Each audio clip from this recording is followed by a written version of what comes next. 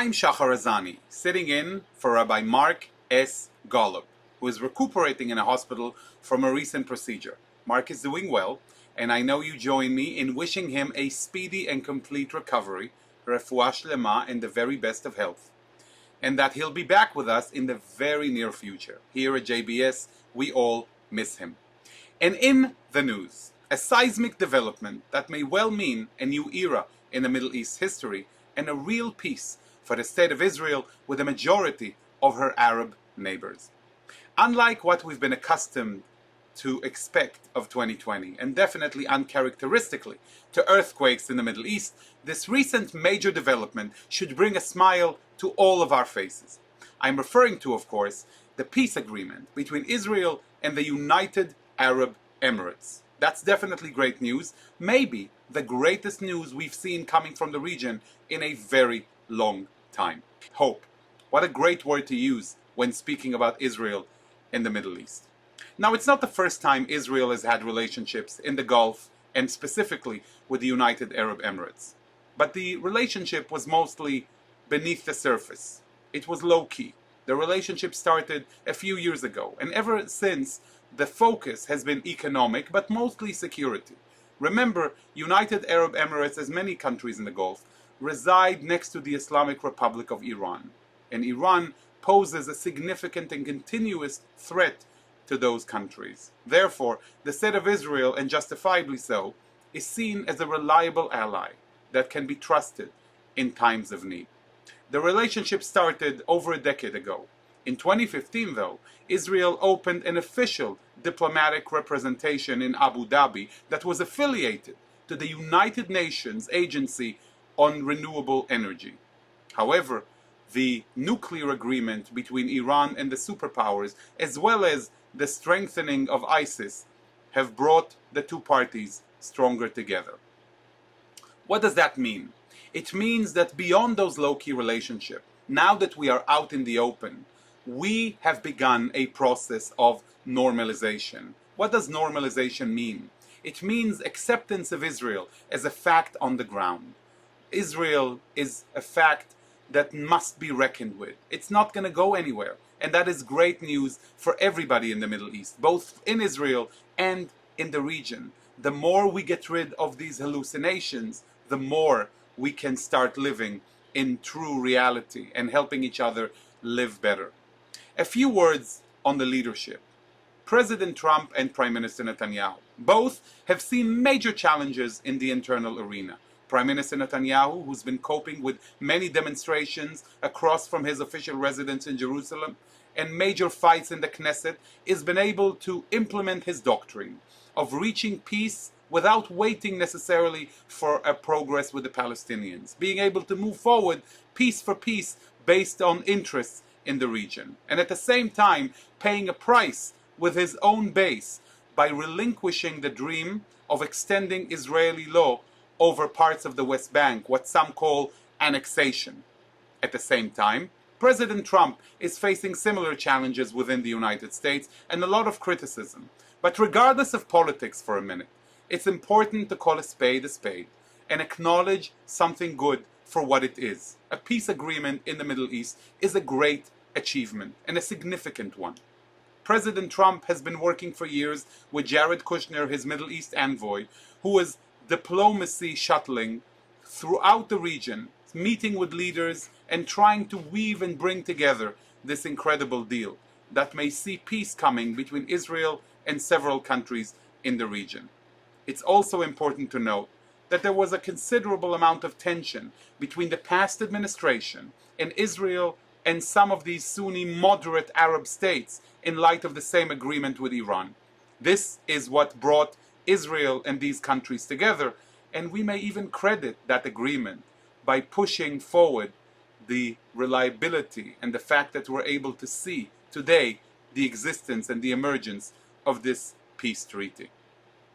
President Trump has been able to build his credibility with Israel through the recognition of Israel's sovereignty over the Golan Heights and through moving the U.S. Embassy from Tel Aviv to Jerusalem, creating a situation in which the Prime Minister cannot say no to such a friendly president to Israel. With the Arab states by relinquishing the Iran deal, he was able to establish himself as a reliable ally, thus being the person who was able to bring the two parties together. What about the Palestinians, though? Well, we haven't given up, even though the Palestinians, as Abba Eban famously said, the Israeli mythological foreign minister, have never missed an opportunity to miss an opportunity. The Palestinians refused to partake in the Warsaw Security Conference. They refused to partake in the Bahrain Economic Conference only last year.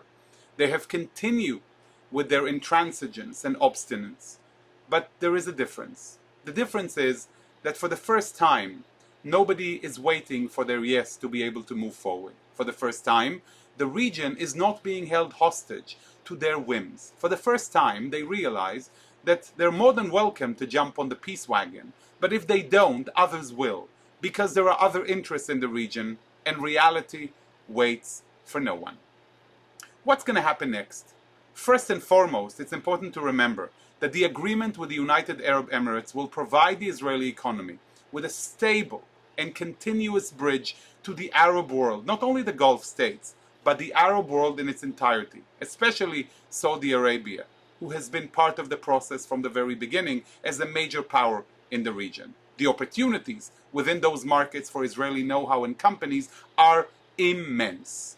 In addition, only last July, an agreement was signed between Israel and the United Arab Emirates focused on technology and innovation in the field of artificial intelligence, laser, and mainly healthcare and COVID-19, in an attempt to bring together new technologies that will benefit not only the peoples of UAE and Israel, not only the peoples of the Middle East, but throughout the world.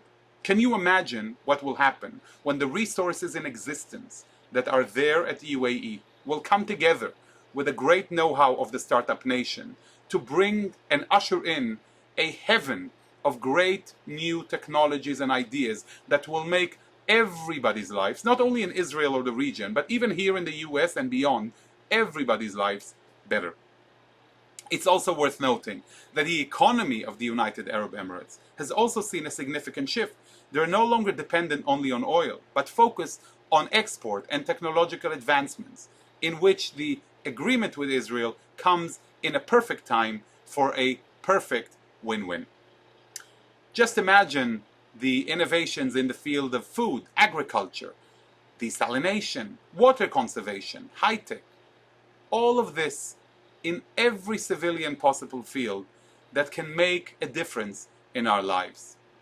A few words about the United Arab Emirates, just so that we know what we're talking about. It's a small place. It encompasses 7 different emirates. The 2 leading ones are Dubai and Abu Dhabi. It declared independence in 1971, and it has around 10 million residents. Most of its territory is desert, as you can imagine. The weather is hot, and it's very well known for the tallest tower in the world, Burj Khalifa.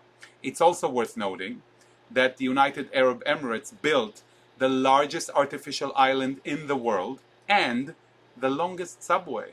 Can you imagine what that might mean for Israel?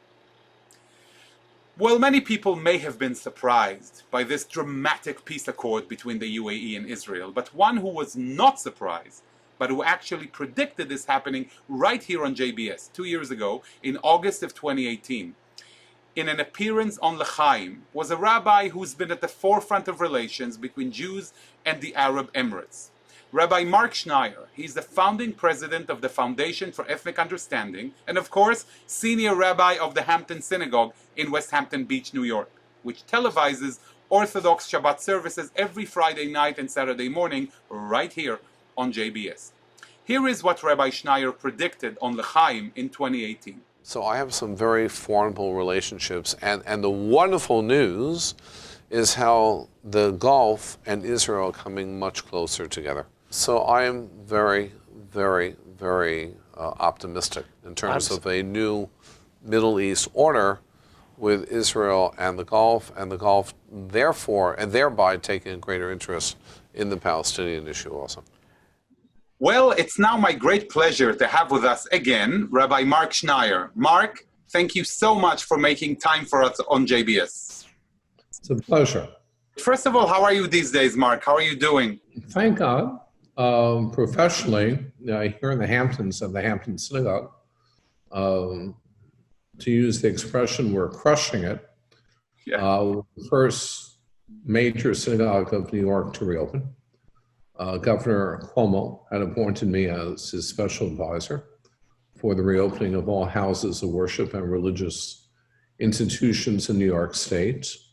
Thanks to our partnership with JBS, it's unprecedented in Jewish history. The 200,000 homes across America are now viewing our Shabbat services. Indeed, from strength to strength, and we are very proud of this partnership between JBS and the Hampton Synagogue. It's great to have you again with us, and somebody with your experience and predictions that we all just saw from your interview a couple of years back. Could you share with us a little bit of your experience in the region? You visited these states, you met with those leaders, with the people. How was it for you before, and what do you think is going to change now? Well, 17 years ago, as the president of the Foundation for Ethnic Understanding, we pioneered the field of Muslim relations globally. And I embarked on a journey to find the path to narrow the gap, the chasm, the divide between 16 million Jews and 1.6 billion Muslims. And along that journey, in terms of my global work, which now is taking place in 35 countries, I authored, or really co-authored, the definitive book and text in Muslim-Jewish relations called The Sons of Abraham, which I co-authored with my beloved friend, colleague, Imam Shamsi Ali. That has become the definitive text in terms of a book, The Sons of Abraham, that defines the issues that unite and divide Muslims and Jews. But it was 12 years ago, under the patronage of the late King of Saudi Arabia, His Majesty King Abdullah, that I was invited to enter the Gulf to begin to meet with different heads of states, different Gulf leaders, kings, emirs, sultans, and the rest is history. Now, on one hand, I entered the Gulf to further advance my work in Muslim-Jewish relations, but I also want to begin cultivating a Gulf-Israel relationship from the very outset. And I think probably the biggest turnaround, which is now the subject of much focus with the peace accord between UAE and Israel. And when I first entered the Gulf, my friend, I would hear, Rabbi, we have nothing against Jews. It's Israelis and Zionists. And I think myself and a few of my colleagues, we hammered away for the last 12 years, Gulf leaders, Muslim faith leaders, trying to explain, to sensitize, to educate our brothers and sisters in the Gulf that for the Jewish people, Israel is not a political issue. Israel is a matter of religion. Israel is at the very core of Judaism. It's been at the very core of Judaism for 3,500 years. It's not some 70-year-old political reality. And if you want to engage in an authentic dialogue between Muslims and Jews, that you must recognize Israel as being part of our religion. You're asking me to bifurcate, to break out, to separate out Israel from Judaism is like my asking a Muslim colleague to separate out Sharia or halal from Islam. And I think that was a very, very significant contribution. No one's really paying attention to that. You know, it's one thing for Crown Prince, Mohammed bin Zayed, to now enter into this accord. My conversations, whether it's with the late King of Saudi Arabia or with now the Crown Prince, whether it's with the King of Bahrain or the Emir of Qatar, these conversations in terms of them expressing to me their desire to establish relations with Israel, first, the religious leadership of these countries had to be in place in terms of giving the go-ahead from a theological point of view. Islam is it's not only the dominant religion, that's their life, that's their belief system. And if there is an issue that Islam has with the state of Israel, then nothing is going to move forward. And I believe that this was a very, very significant contribution that today, 12 years since I entered the Gulf, I no longer hear the rhetoric of, Zionists, Israelis, Jews. I no longer hear that breakout, that separation, but there is a much clearer understanding as to what Israel means, not only from a political point of view, but more importantly, from a religious point of view, especially in a region that is governed by a very, very intense religion and faith. Well, what you're saying now, Rabbi, is incredibly significant. I just want to stress it for our audience. Even now, within the boycott movements against Israel and others, there is an attempt to separate what's Jewish and what's Israel. And the approach that you're presenting us here is one that looks at both as one and the same. And that is also important to note, that this feat is not a result of a couple of weeks of negotiations, but rather over a decade of prepping the hearts and minds for the potential of this breakthrough. And for that, I want to ask you, you could have given up. You could have said, let's talk as Jews, let's put Israel on the side for a minute, and yet you've chosen not to do so. What were the kind of reactions you got when you insisted on making sure that you're making this theological breakthrough in understanding the bond between Israel and what being Jewish is? You have to know my personality. I'm tenacious. I'm very determined. I can be very dogged and stubborn, in my persistence and perseverance. And unlike, some of my colleagues, I remember there was a conference in Doha, maybe 10, 11 years ago, when it was a global interreligious interfaith conference. I was the keynote speaker on behalf of the Jewish people. And there were quite a few of my colleagues, other rabbis who were there. And there was an understanding in the opening plenary that there would be no mention of Israel and Palestine. So right before I speak, the then Justice Minister of the Palestinian Authority, I believe his name was Tamimi, gets up and basically draws the conclusion publicly that the only reason Israel was created was to sell drugs to Palestinian children as a way of exterminating them. You have to know my personality. Remember, I'm in Doha, all right? I'm not in New York, I'm not in Jerusalem, I'm in Doha. I take my speech, even though I'm an extemporaneous, speaker. So I took a few pieces of paper, I went like this, in front of 800 religious leaders, predominantly Muslim, in front of the whole Arab media. And I gave them quite a piece of my mind in terms of Israel. How dare anyone question the authenticity of Israel, question what Israel has done, having restored the honor and pride and dignity of the Jewish people. It has charted a new course for the Jewish people. And I remember some of my colleagues saying to me, Mark, do you realize what you just did? You'll never be invited back. I said, number one, if I'm not invited back, I won't be invited back. But more importantly, I will never stand for anyone questioning or looking to denigrate, the state of Israel. So to make a long story short, not only have I been invited back, I'm probably the closest member of the Jewish community in the world. I'm probably the closest to the Emir of Qatar, to Sheikh Tamim. And I also now sit on the board of the Doha Interfaith Center. So, you have to stand by your convictions. And I think it was wrong that there were some who chose to avoid, to eschew, not to discuss Israel. It's a big mistake. It's that tenacity of yours, Rabbi. It's that character. It's that davka that I think gained the respect towards you and what you stand for, and created you as such a staunch partner in these endeavors. Listen, I think people respect my convictions. It could be in Azerbaijan, it could be in Saudi Arabia, it could be in the King Abdullah Center where I sit on the board in Vienna. It could be in Bahrain and Oman. People know. And also standing there on the balcony overlooking the Islamic Republic of Iran.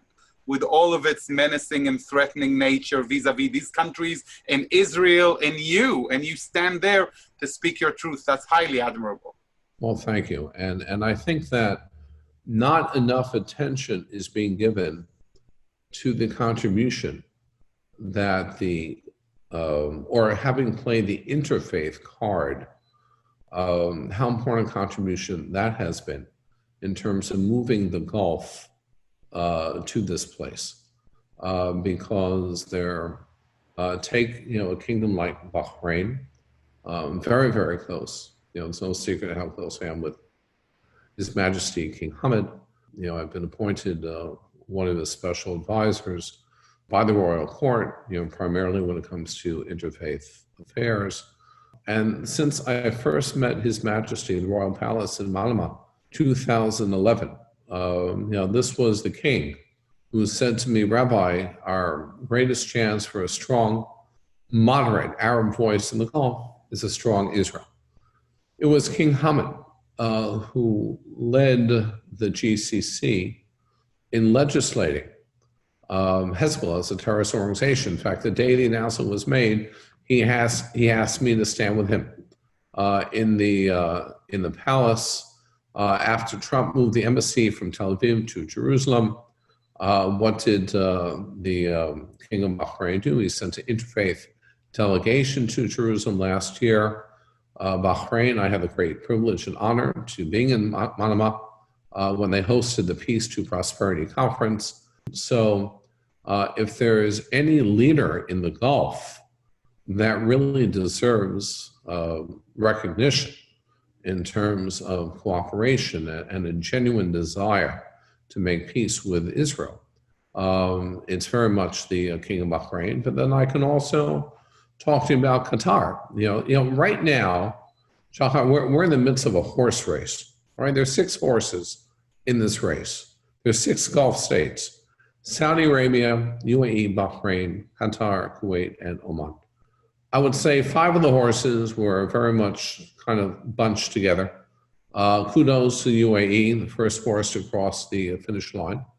But right behind UAE is Bahrain, Saudi Arabia, Oman, and Qatar. It's Kuwait that's lagging behind. And I always refer to Qatar as the dark horse, because Qatar is the only Gulf state for the last 10 years to have been working publicly with Israel, not with the blessing of the Israelis, but at the request of the Israelis in terms of bringing humanitarian aid to Gaza. I'm very friendly with Ambassador El Amadi, who actually oversees the humanitarian aid in Gaza.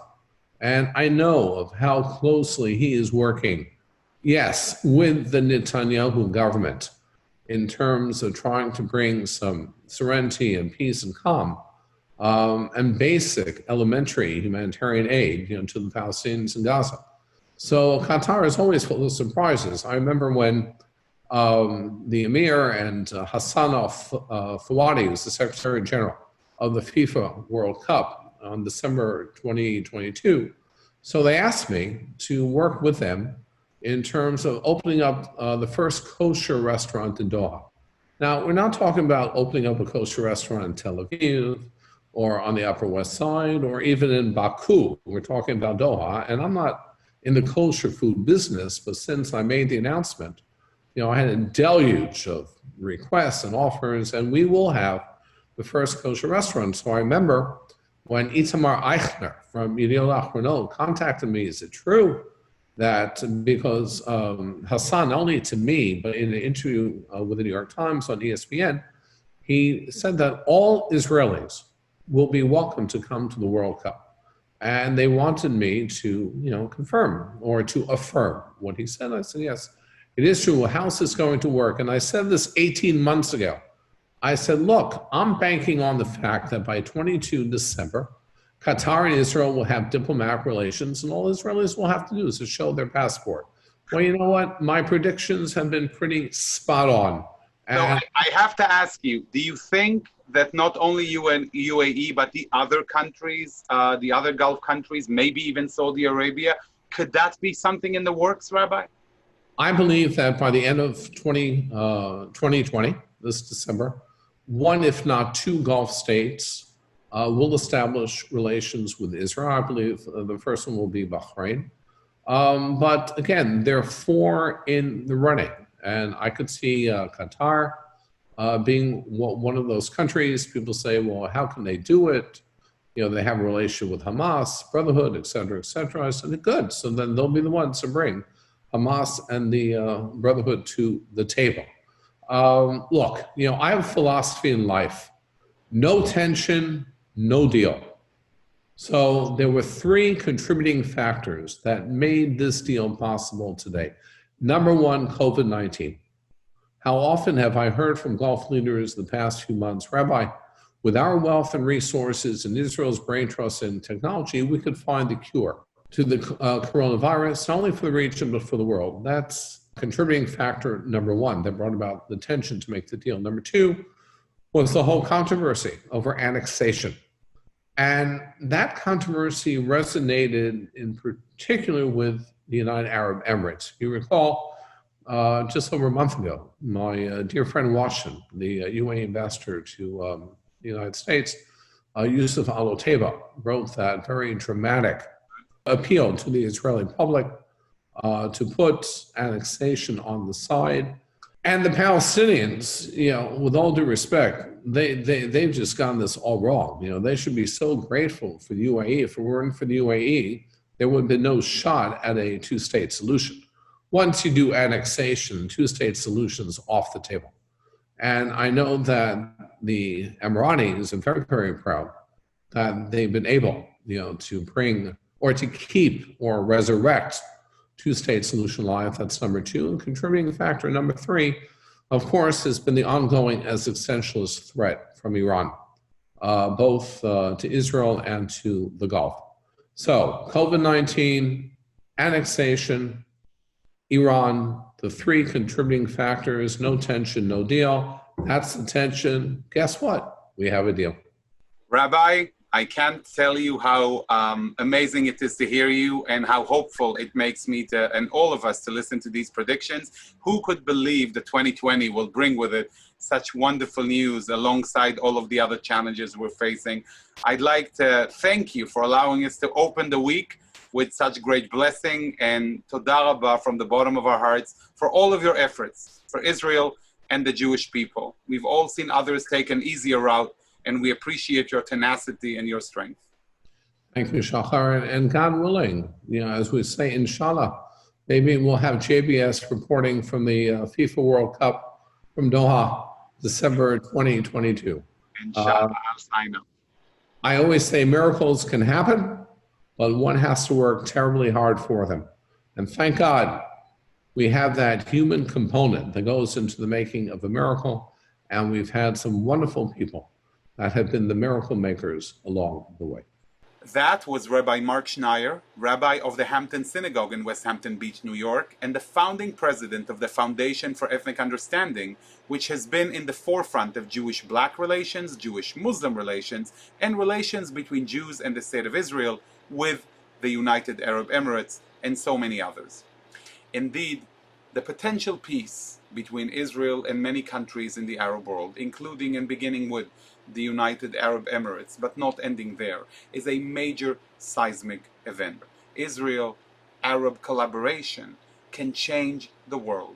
It can change the lives of many Israelis. It can change the lives of many within the Arab world, and it can change the lives of many far beyond the region through partnerships, through goodwill, and through the desire to make a difference. Again, great refuah shlema for Mar Golub, and I wish all of our viewers and all of you to stay safe and stay healthy. I'd like to thank our director, Sloan Copeland, JBS's managing director, Dara Golub, our technical manager, Michael Paley, transmission manager, John McDevitt, and to our producer of In the News, Carol Lilienthal. For JBS, I'm Shahar Azani. Shalom and lehitraot.